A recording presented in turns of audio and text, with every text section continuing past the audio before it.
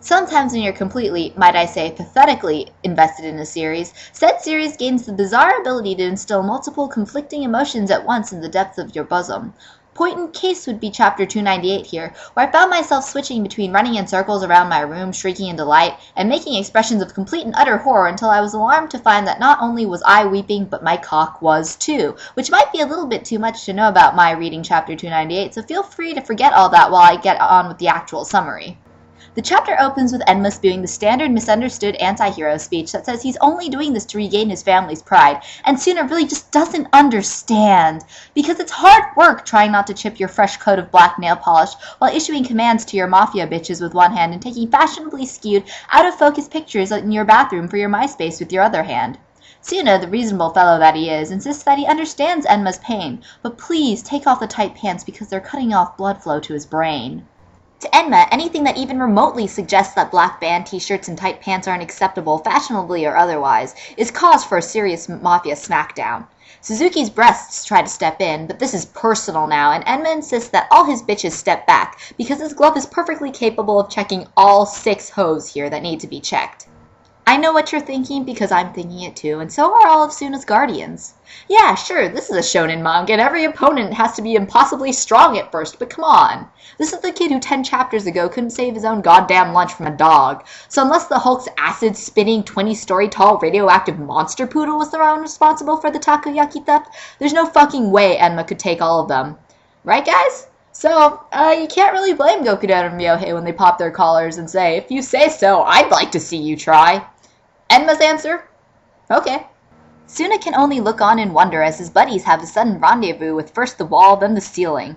Not Yamamoto proceeds to evaporate, probably because he just vicariously experienced wall. And Suzuki has the nerve to gloat that we totally knew Yamamoto was an illusion, because it wasn't like you guys were responsible for his absence in the first place or anything.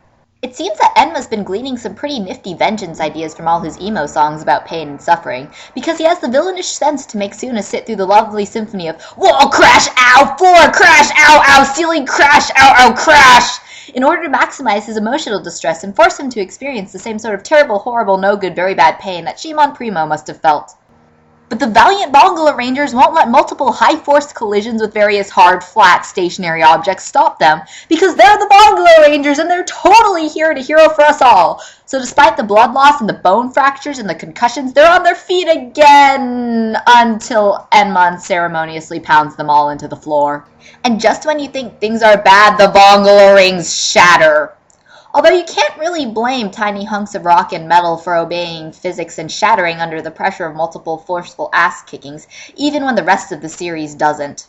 And Coyote Nougat says, screw the kids, save the jewelry, because Coyote Nougat is a caring, sensitive man with lots of pure silk and silver that the Ninth probably enjoys running his fingers through. Suna snaps and finally rushes Enma, mainly because he's really the only one left at this point, what with the other guardians smoldering in a crater, and the Ninth and his buddies wandering around the room going, where am I? Who are you? Is it time for my sponge bath yet? Where am I? Enma blocks Suna's attack and apparently suspends all motion in the room for a moment so he can give a speech about how much he really wanted to just get into Suna's pants and play with his nuts for a bit, and how much it hurt him deep in his soul when Suna stood him up. Meanwhile, the Ninth is just remembering that he's watching his air get embedded into the ceiling and goes, damn it, you two, this castle was a fucking rental! Suzuki's breasts say something that's probably important to the plot, but no one can pay attention when they're looking down into the deep ravine between her gigantic jubblies. And then Dino and the Varia appear and promptly proceed to be just as ineffectual as the Ninth and his guardians. Chrome learns quickly that pepper spray and a rape whistle can't do much for you when you're too unconscious to use them as Julie scoops her up off the floor, delighted that he has a brand new sandwich maker and walking panty shot to add to the collection of underage girls he has hidden underneath his bed. Suna goes to save her, but quickly finds himself getting cozy with the wall again, courtesy of his ex-boyfriend's yandere beams. And, well, fuck. There goes the sky ring. Thoroughly pleased with the destruction they've wrought, Suzuki declares that it's time for the Shimon family to head on home, and they're taking Chrome and the Michelin Tire Man with them too. Because the main characters are unconscious and the others probably signed a contract that said I'm a side character and I'm not allowed to do anything worthwhile ever, the Shimon family is free to just stroll on out of the castle, and they're bad enough to say screw the door and make their own fucking exit instead. Things look bleak for the Bongla as they barrel headlong into a 7-day training arc, and you know, when I read the spoilers for this chapter, I quickly deemed them bullshit and spent hours on 2chan trying to find the post where it said, "Lol, just kidding guys, we were just pulling your leg," but none ever surfaced. I will admit, though, that I feel I was a little too quick to judge, because while my first reaction to all these shenanigans was to go, "Come on, Amano, you were doing so good at making sense right up until now," I decided to just sit back and enjoy the explosions and the angry little boys and the wanton violence, and found myself emotionally torn, but otherwise as satisfied as I could be after watching Tuna get pancaked about the room for 17 pages. I foresee hardcore Vongla training and delicious Shimon gloating for the next week. Until then, Basu out!